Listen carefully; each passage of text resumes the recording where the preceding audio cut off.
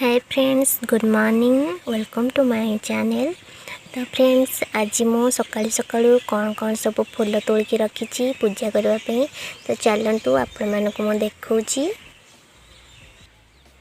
तो फ्रेंड्स, ये देखिपे गोटे मो जोड़ी रे सबुतक फूल को मु तोली नहीं। तो आपण मानक मु देखौची कौन कौन सब फूल हम बाड़ी रे अच्छी। तो ये तो देखिपे ये शिवंकर अति प्रिय अरख फूल एवं दुदुरा फूल। आ ये दुदुरा फूलटी आम घरे दी प्रकार अच्छी। तो ये देखिपे पर्पल आ व्हाइट कलर आ गोटे खाली व्हाइट अच्छी। दी प्रकार अच्छी फूल। आठी मो दुबघास तोड़ नहीं। तो ये हूँ अपराजिता फूल, ये हूँ टगर। आ ये देखिपे ये हूँ छोट गेंडु फूल।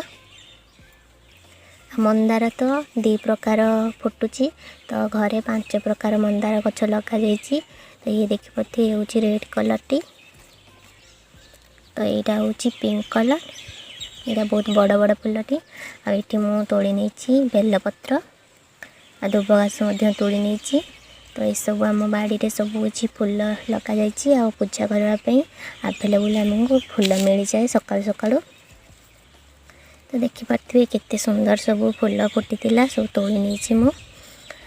तो आ कौन कौन सब बाड़ी रे फूल अच्छी फ्रेंड्स मु आपको सब देखी। तो मु तो वीडियो एमती बनी आम बाड़ी रे कौन कौन सब अच्छी।